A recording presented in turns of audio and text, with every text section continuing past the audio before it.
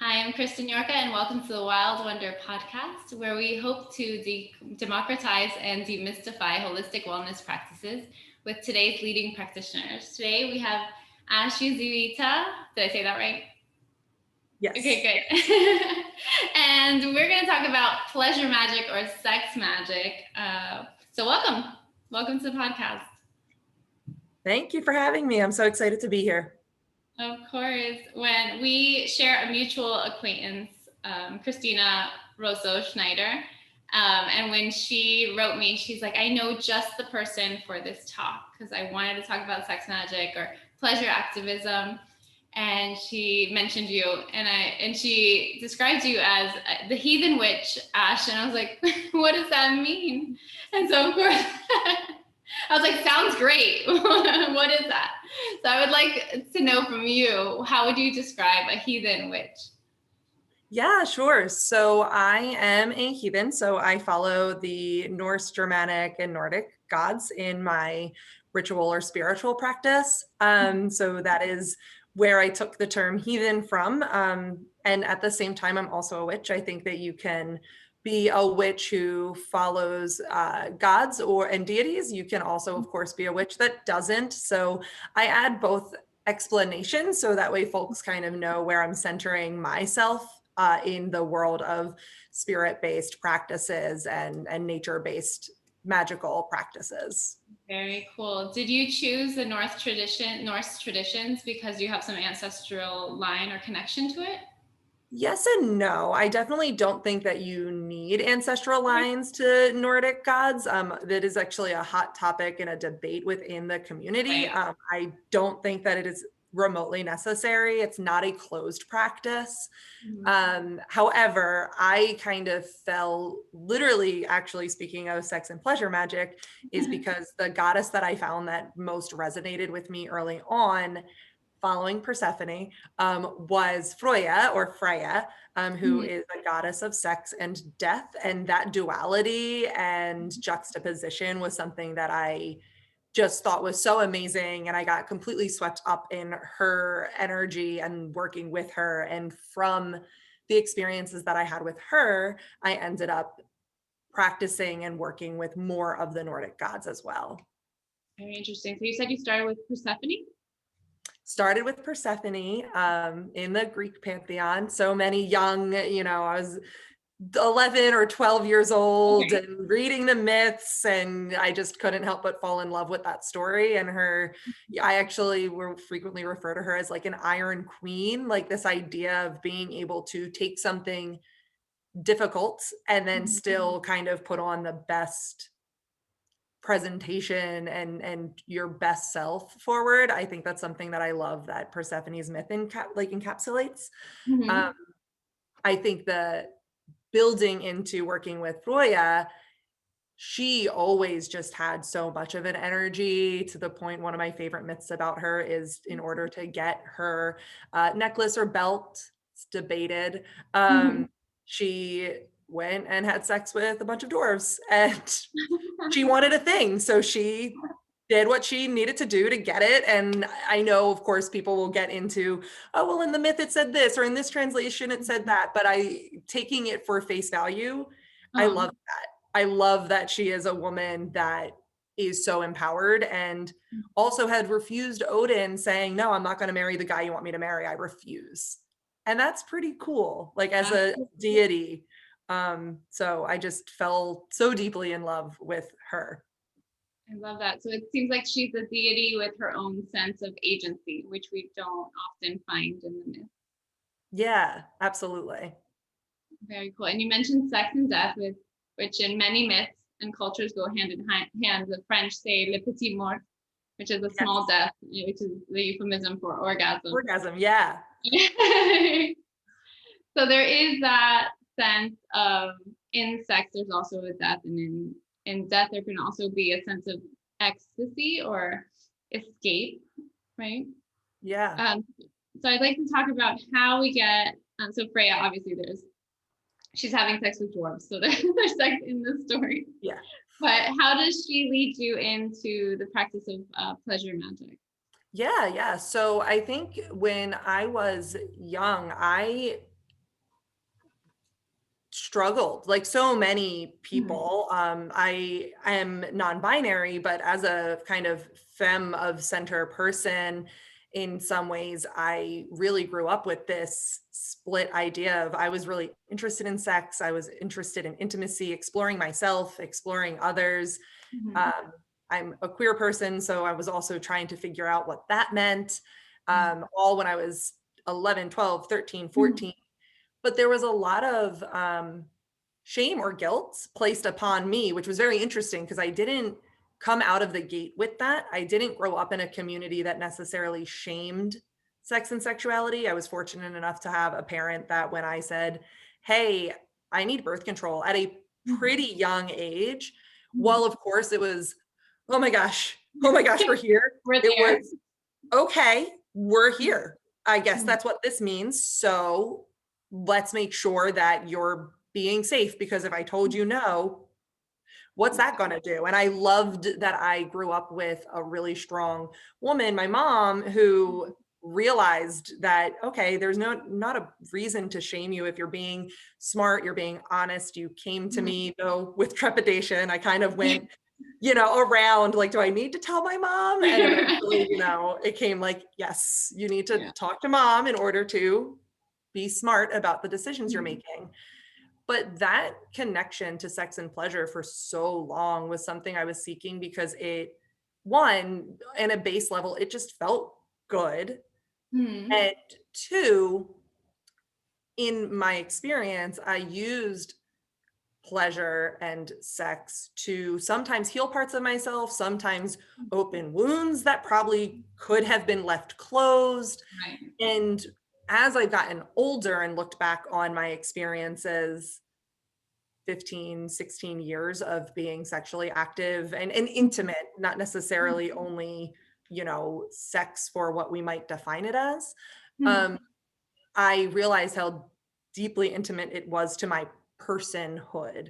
Mhm. And it is something that I've carried with me where I have friends that will laugh and they'll say, oh, well, I was flirting with this person and we talked about these things. Like, do you think it means anything? And I've had friends tell me, you talk about everybody. Like you talk to everybody about those things. I don't know if that's a sign or if that's just how you get to know people on a human level, not on a sexual or I mean, it is Uh-huh. an intimate level, but not on a sexual level. I Right. just love when folks will open up about that because it's something that is important to me. And I think it's important to a lot of us.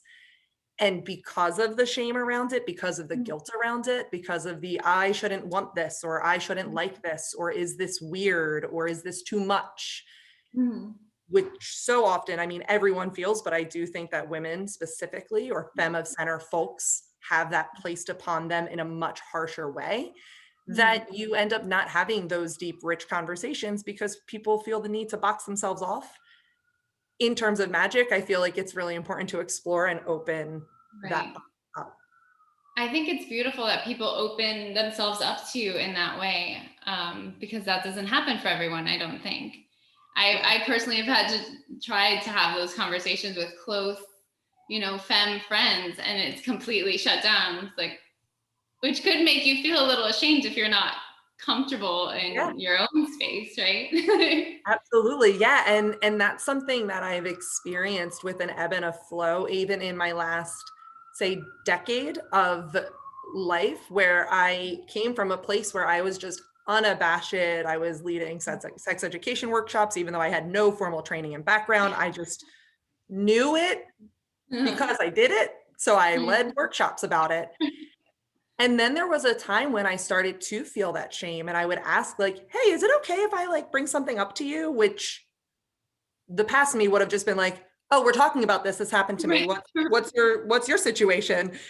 And it's interesting because right now I'm in this really amazing, like I'm so grateful for it. I've told many, many folks like my 30s, I'm 31, have been this really beautiful awakening for me to realize that I started to put shame upon myself. And I've done a lot of work recently to unpack that and take what I need to be polite. You do not always need to talk about these things. People need a warning. Some folks aren't comfortable for their own trauma and for their own magic, and their guardedness is not a negative thing. Their guardedness is who they are. And that's Right. obviously something I'm always going to want to honor and operate with that understanding. But I want to take that and not take the stuff where it's like, oh, should I bring that up because that might be considered crass? Like, I'm a pretty Right. crass person, so I'm going to actually just own that. And hopefully people deal with it. And honestly, I think a lot of folks like to have that person that they've said, I've gotten the text like, hey, is this weird? My partner just said this thing. Can you help me unpack that? And it's like, Right. yeah, give me a call. Let's talk. And I That's love that. No, I love that too. I think it also, when we speak of identity, there's also the roles we play. Like I sometimes find it challenging talking about sex because I'm a mom, I'm a Mhm. teacher, and then I'm always like playing with that line. Like, what am I able to say in public without people being like criticizing or demonizing what I'm doing? Oh You my God, know? that resonates with me so much. And I think with that ebb and flow that I just spoke of, I've been teaching in an elementary school setting for a decade. So it really lines up to, oh, now that I've stepped into this role, ooh, can Right. I be both? Can I hold space for both facets of myself? Because they're not separate, but Mhm. also there's time and place. I've Right. also, a silly story, but definitely something that impacted me was when I started teaching, I went to a munch, so a kink event that was not sexual. It was a hangout event, a Right. non-sexual kink event. And I ran into parents and I was like, well, guess I'm Wow. leaving and never coming again. And that was the nail in that coffin. And I can laugh about it now, but at the time I was like, oh my gosh, I can't operate. Like if I'm going to go to an event now, I need to drive an hour away to make sure I'm not in the district Right. that I teach in because I don't want anything negative to come back to me because decency laws in the education sector are real. Right. So you can be fired for holding a red cup in your Facebook post. I'm certain they could fire you for going to a sexual event because we have a pretty repressed society when it comes to sex and what people are supposed to do. Again, particularly femme presenting people, a single femme teacher should not be going alone to an event like that. Quote, quote, Mhm. quote, all of that. Um, so it is something that I completely, when you're sharing about identity and role, resonates so very much with me. And that just reminds me of my own story because I find it so interesting that we are unable to talk about sex, even though obviously if I have a child, I've had sex, right? Yes. Like, that's part of my identity. Yes. That's how we get children. But then especially when a femme presenting person goes and speaks to, I have this interesting story and I don't know if it connects, but it just brought it up. I was speaking to a principal of a Catholic school that I'm teaching in, and I'm presenting contracts because I'm a contractor in these schools. And he goes on and on about his wife's flexibility, alluding to, how Yeah. flexible she can be at other times. And I'm just sitting there like, what am I listening to? Like, why is this okay? Huh? Well, how do I How do say you anything navigate that? How do you navigate it?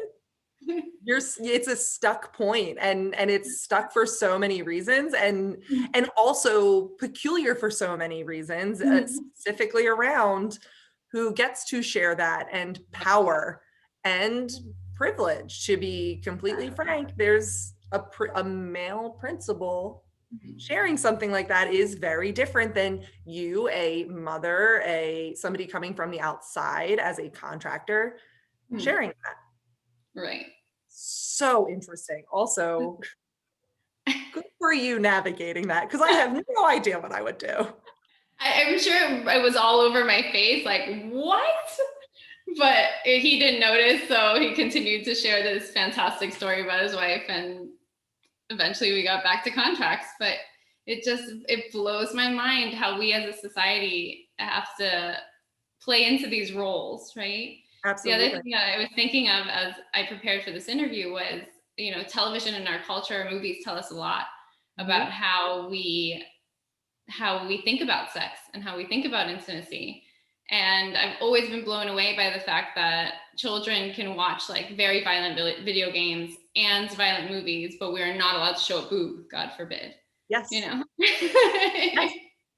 Yes. There is a distinction about what our culture deems as appropriate. I even think of in television.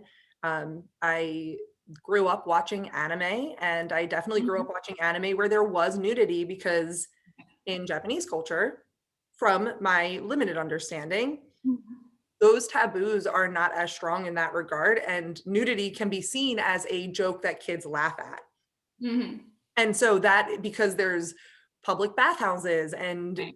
public onsen, and so you're going to see a naked body if you're going to spend time with your family. It's not immediately sexualized.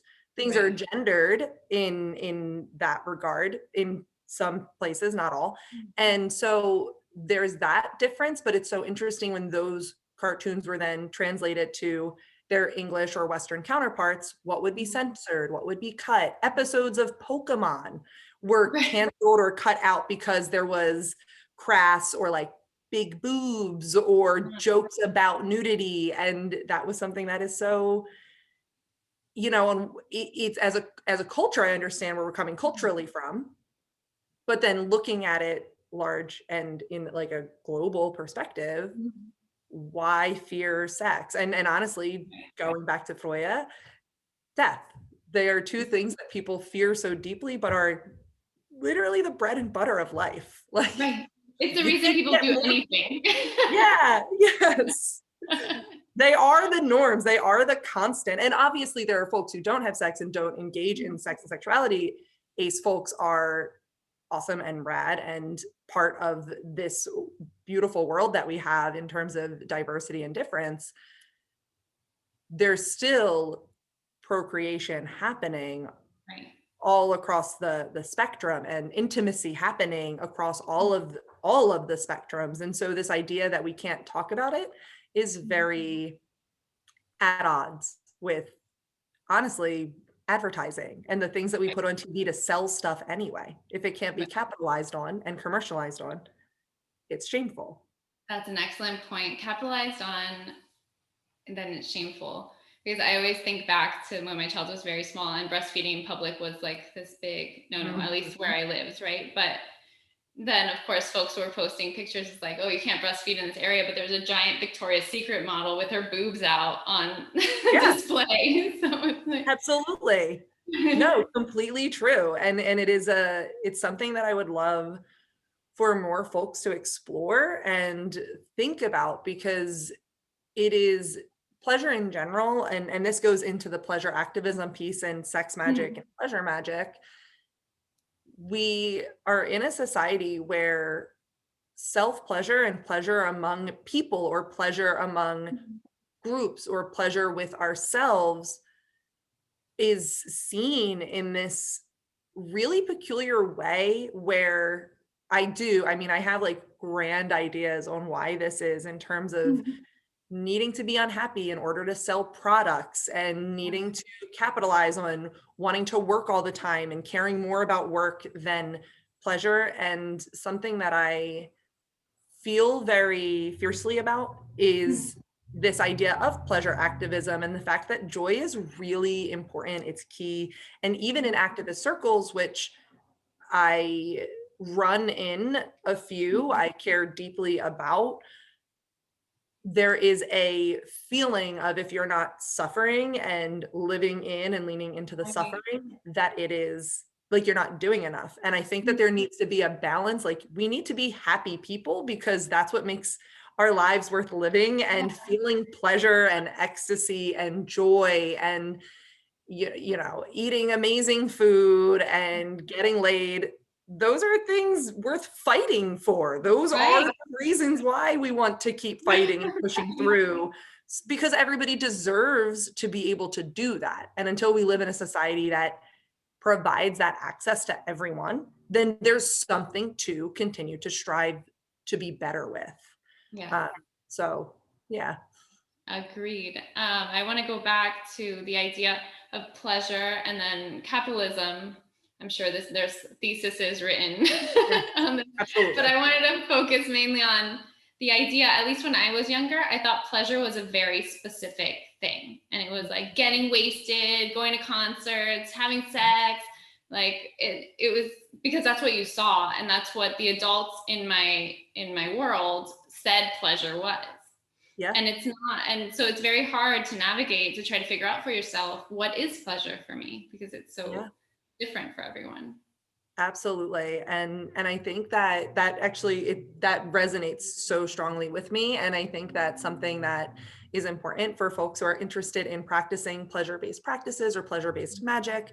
I know that you had mentioned talking about basically like something folks could do at home. One of the things that, and it sounds so simple, I realize it sounds so simple, but a great introduction to sex magic, pleasure magic, intimate magic.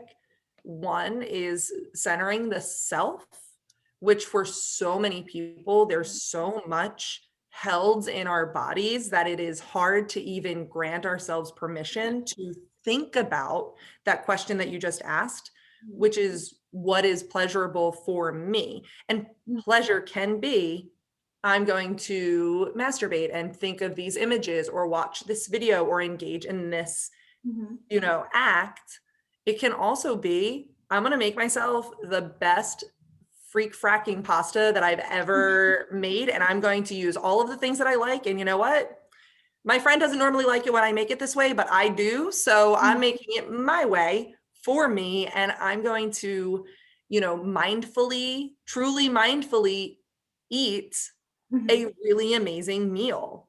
Or I'm going to have a 7-hour conversation with a friend because when I talk to them, it's just going and going and going and going and going. Or I like reading and I like writing poetry. I want to be by myself. I'm going to light my candle. I'm going to light the scent that I like the most. Maybe I'll, buy something special, or you don't need to buy anything.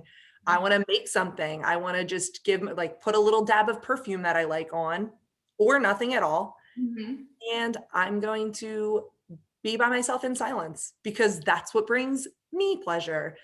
I think one of the things that folks can do is sit with those thoughts. So before you even engage in that act, actually sit down and journal and free write if that's what you're into, or dance, like throw on music you like and dance, or lay in bed and don't just kind of think to yourself what it is that you really love to do and feel kind of what comes up for you. Because when you do that, you'll start to unstick some of that tension that isn't letting us actually engage in pleasure for us, especially, again, going back to femme bodies and women of center folks, femme of center folks.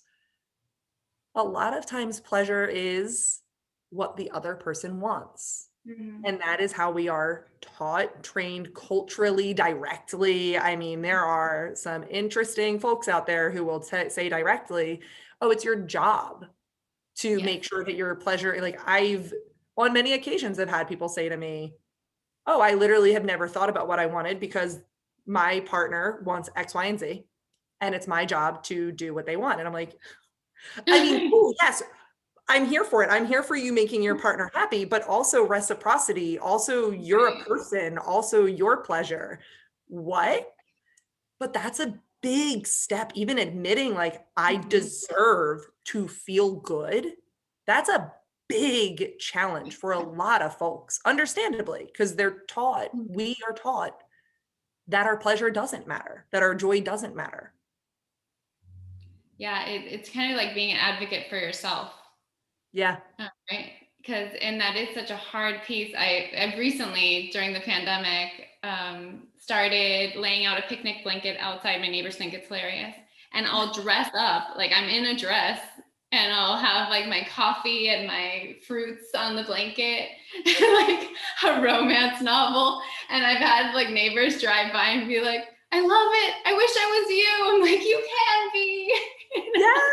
Yes, that is amazing. That is amazing. There have been so many times truly where it is dressing up. I speak often of glamour magic in sex and pleasure based magic because it's such a like you already have the clothing. If you are a person who wears makeup, you already have the makeup. If you're a person who wears lingerie, you already own the lingerie because you have it. You don't need to get more, but to give yourself that little bit of charge, I don't buy anything special for it. I have incense at my house because I like the way they smell.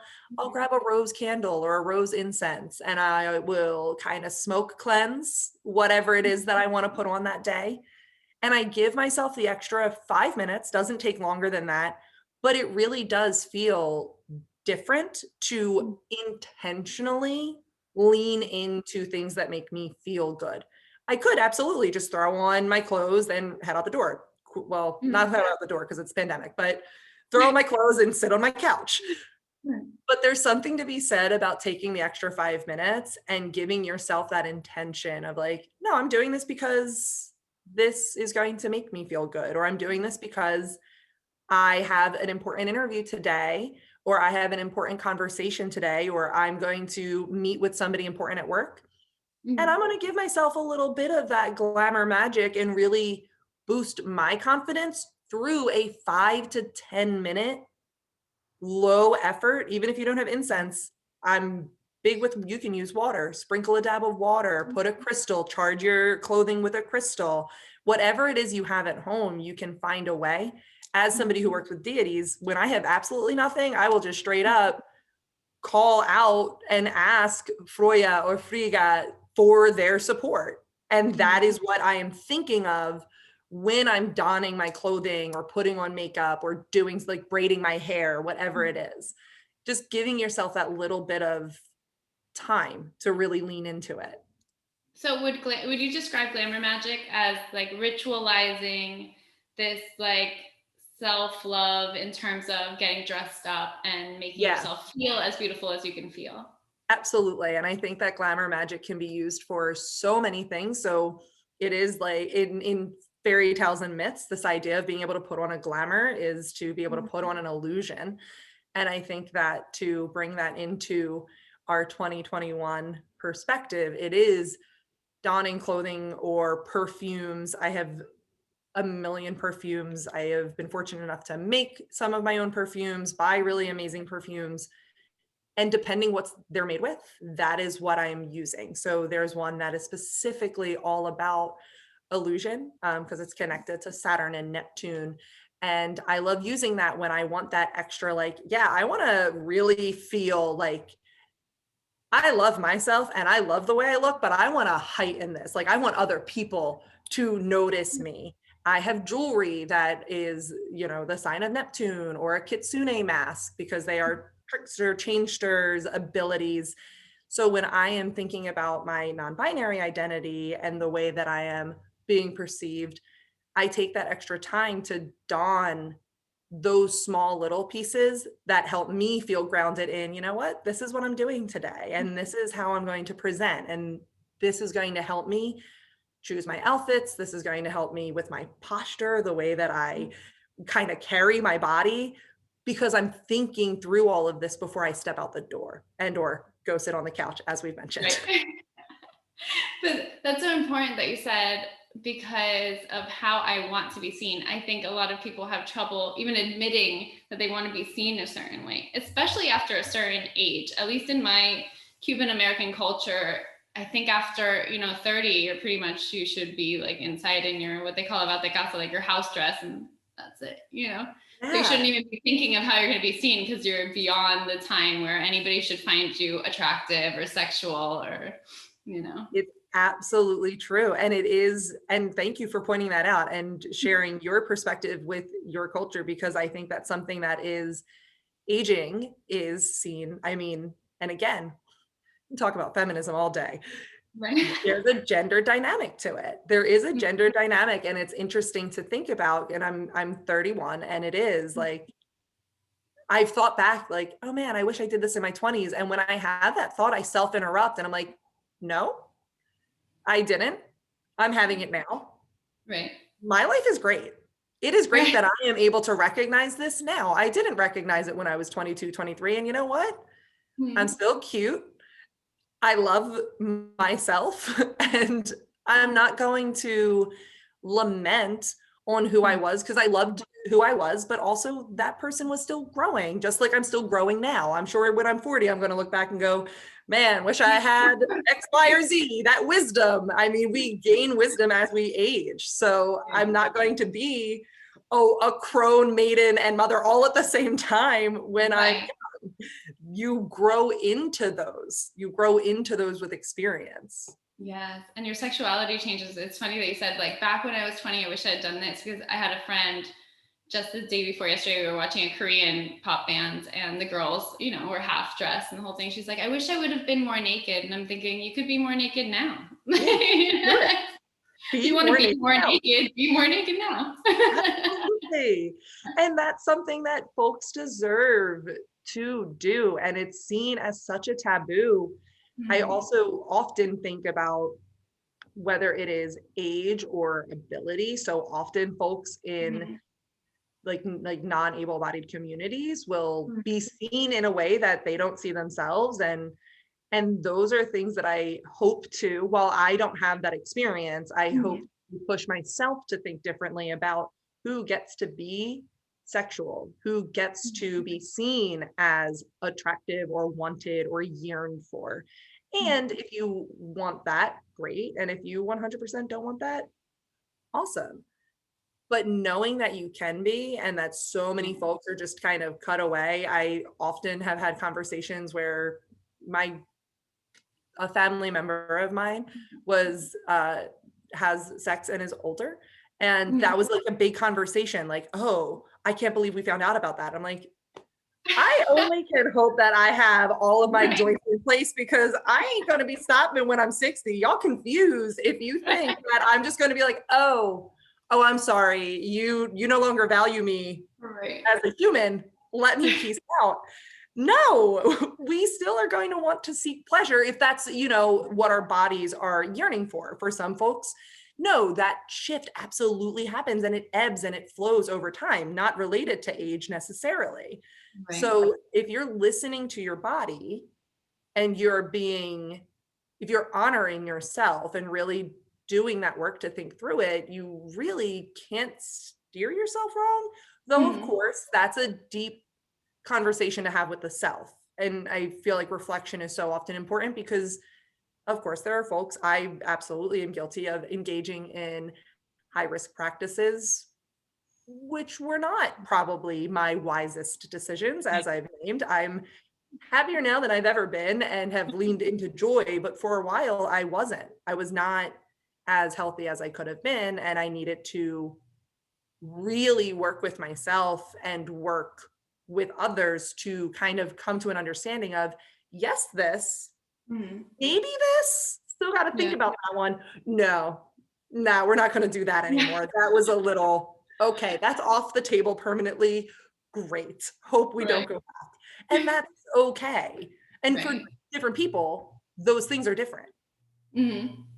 Yeah, and it takes a lot of, self-reflection and self-forgiveness. I've definitely gone down that road. Now in my late 30s, I think about a lot of like, maybe I shouldn't have done that, but it was an experience, and now I know what I don't want. At least I'm not an older person that's like, damn, I wish I would have tried those things. I tried them. They weren't for me. I'm going to let them go. Absolutely. And I think that's such an important perspective to add to this conversation. Yeah, for sure.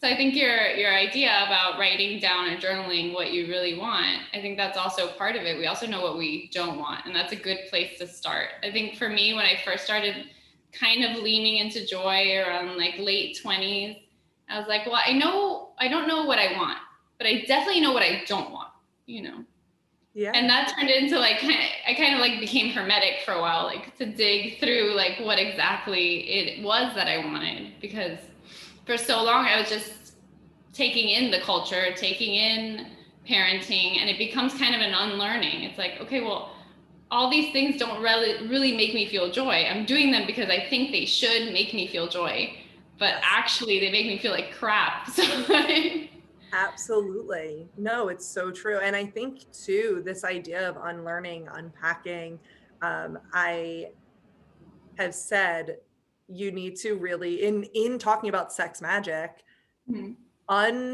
F yourself. Like you need to un-F yourself to get to understanding what it is you want, because we grow up with so many mixed messages. And then also when our desires change, that can feel really scary. I 100% have leaned into this experience where my initial, I wouldn't say initial, but when I started to really actively practice sex magic on a regular basis, there were different practices that I was very into that really spoke to me at the time and were very valuable. And I had incredibly high sensation experiences and feelings, and it grounded me. And some of these things were significantly higher risk.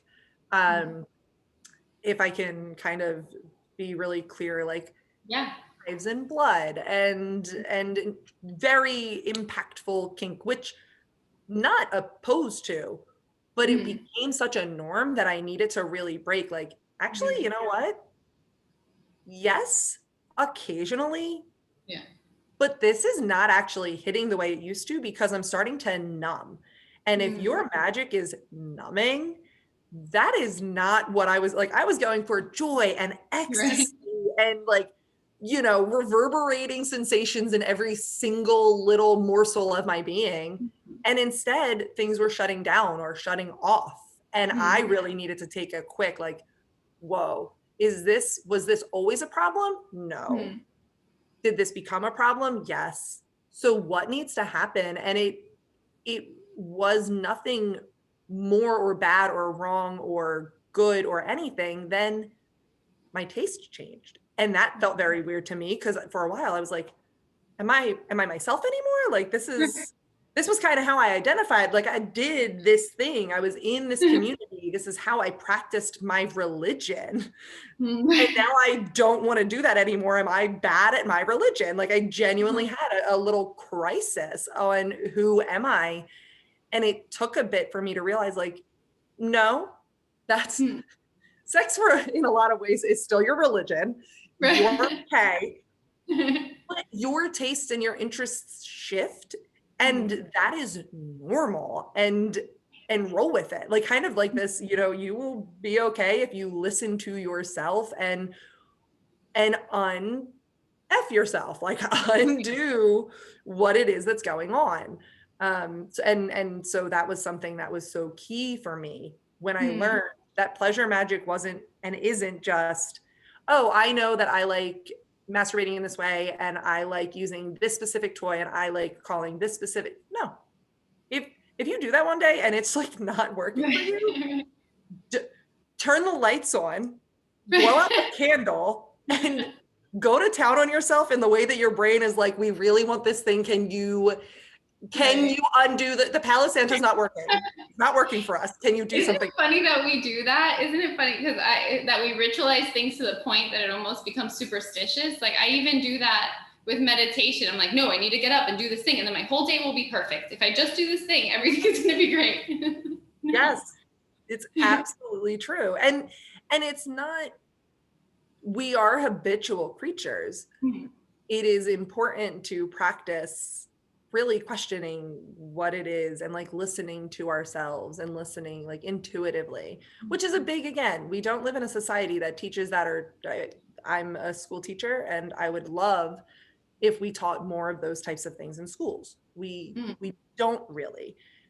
We don't build a lot of self-trust and self-acknowledgement and self-advocacy.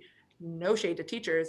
I'm here standing on the front line with everybody. Like we do that in small ways, but there's not a consistent push to build our understanding of self deeply.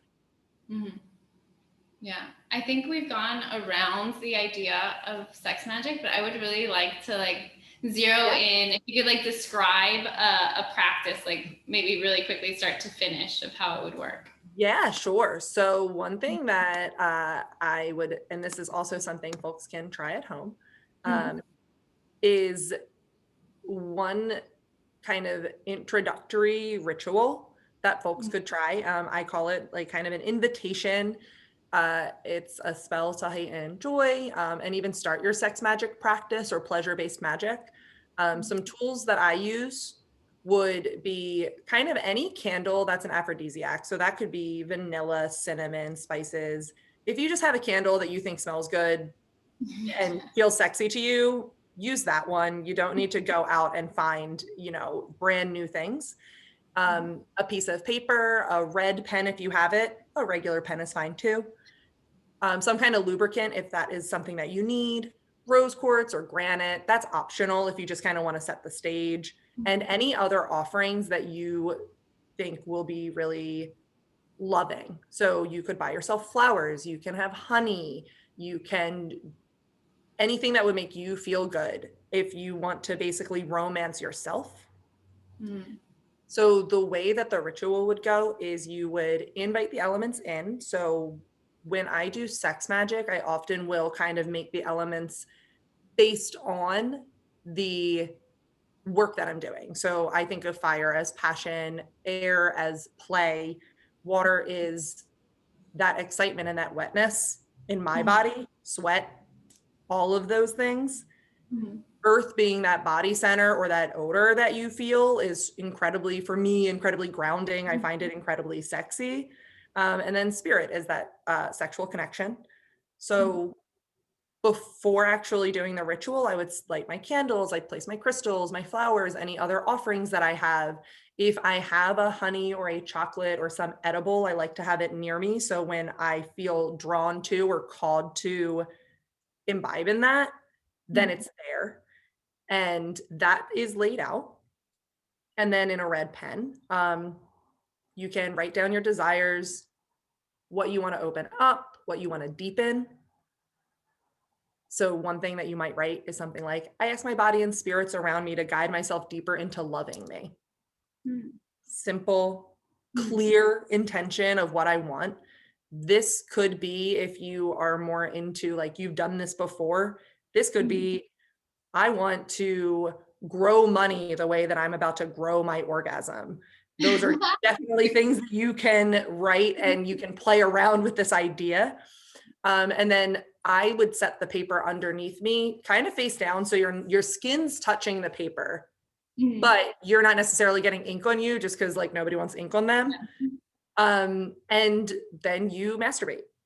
You bring yourself to your pleasure center. That might be an orgasm, that might not be an orgasm. What you're looking to do is get a little bit of that heavy petting, get your sweat, get yourself on that paper. And then overnight, when you're done and you finish, cool, great. If you feel drawn to like put the crystal like on your heart center while you're playing with yourself, do it. If you feel called to stop and get some water, do it. If you feel called to start eating that honey or licking it off of your fingers, do it. See what comes up for you. And then after you are done, again, could be orgasm, could be multiple orgasms, could just be, okay, I'm feeling calm. I'm feeling called to stop. And that's great too. That paper can then stay under your pillow overnight. And what I like to do then is if I have any dreams that come up for me or anything deeper that comes out of, okay, so I now have everything I thought about when I was playing. I have everything that I thought about when I was dreaming in my subconscious space after this. Then you can, in the morning, burn the paper, write a journal entry and see what came up for you and use that as a lens to do some interpretation or deepen the work that you want to do. So that's kind of a pretty quick, it can be literally cost-free sex magic ritual that I suggest to anybody who really wants to get into it for the first time. I also have that written down if it's helpful. I don't know if you have like notes or whatever, I can send it to you so you can share. Yeah, that'd be great. Yeah, I'll put it in the show notes. That'd be awesome. Yeah. Because that, I hadn't heard about that one. I mean, I haven't heard of many sex magic practices, but that seems fun and easy. Yeah. I mean, like, I feel like sometimes these rituals are so involved. I'm like, oh, before I even start, I was like, I don't even want to do it. Absolutely. Yes. Yeah, I've been there. I've been, halfway through the setup. I'm like, must we? Like, I'm good. It has come and went. Right. Especially because with sex and pleasure magic, the whole point of it is to feel good. So if it's not feeling good to you, or if you set up and you get to the like, I'm actually now sitting down, time for the heavy petting, and you're like, nope, something just came in my head that made me sad or made me mad, or I'm hungry. Stop. Yeah. That's fine. You can go back to it another time. There's no pressure to do X, Y, and Z to make it be something big. You can do large, elaborate sex magic rituals. I've done shibari and kink work with sigils. I've done the most. I've done the least.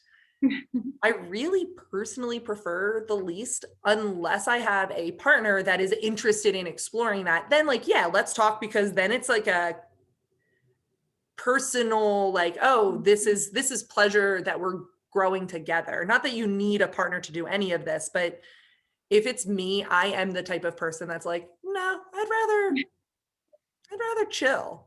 I'd rather not do the most. I'll do the most if I have a partner or partners or whatever is going on. Yeah, I think I'm the same way. I'm a lazy witch. I'm like lighting a candle like from Absolutely. Absolutely. That's why when I was like, get a vanilla candle, I used vanilla on purpose. Y'all can go to the local corner store. You can pick up a vanilla candle. I am not saying you need to buy some. I have beautiful, amazing candles that were very, very nice and made by witches and are absolutely peak the best. You also don't need to do that to have a good time. You don't even need a candle. Maybe you live in a building where you can't light candles. You don't need to. I think it's so important that you said that, because so much of like finding joy and pleasure is the ability to give yourself permission to do whatever the F you want to do. Absolutely. So we're almost out of time, and I would love for you to share, because you have an amazing sex magic workshop coming up. I'd love for you to share about that. Yeah, so on Friday, I have a sex magic workshop coming up. It's an introduction to sex magic. I'm getting the details now. It's at 7:00 on February 19th. And if you go to a Novel Idea Philly /classes, that is where you can register. It's sliding scale. So if folks have more funds, great. And if not, awesome. It's like a $25 to $35 sliding scale. And we're going to go into a bit of what we talked about, a little more of a deep dive on a little bit of history. And I'm providing 4 different spells that folks can do. So if folks are interested in more direct, like, hey, how do I do this? I'll be providing spells as well as, of course, my contact. So if folks have questions afterward, I would love for them to join us and ask me any questions that come up for them, because this is something that's so important to me. It is like the thing that I love to do the most. So I kind of want to spread that joy if folks want that joy. That's brilliant. I thank you for doing the work you do in the world, because I do think it's so needed, and it is a form of activism. I mean, if we're ever going to break out of this, whatever this is, and find some joy in life, then I think it's absolutely essential. So I'm also going to put all your information about the workshop in the show notes and share that as well. Thank so you. Go to the workshop and also get a hold of you any way they'd like to. Otherwise, thank you so much. I loved our talk. I can't wait to speak to you again in the future. Yeah, it'd be great. Thank you so much. Yeah, thank you. Have a nice day. You too.